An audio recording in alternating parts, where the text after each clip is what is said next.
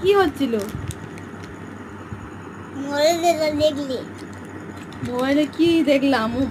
মোবাইলে তো হচ্ছিল ওই বাড়িপুরের আজকে কার্নিভাল হচ্ছিল। কার্নিভালটাই বলছি। হ্যাঁ, আমি দেখলাম নেই, কেউ নেই না, পুরো একদম ফাঁকা। একটু আগেই তো হচ্ছিল।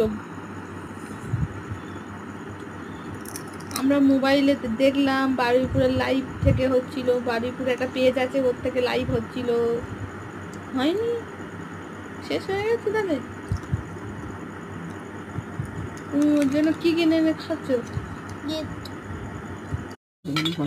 মা এনেছে সন্ধ্যার সময় চা নিয়ে। তো চা সাধারণত আমরা সবাই বাড়িতে সন্ধ্যাবেলা বেশ ভালো করেই জমজমাট করে খাওয়া হয়।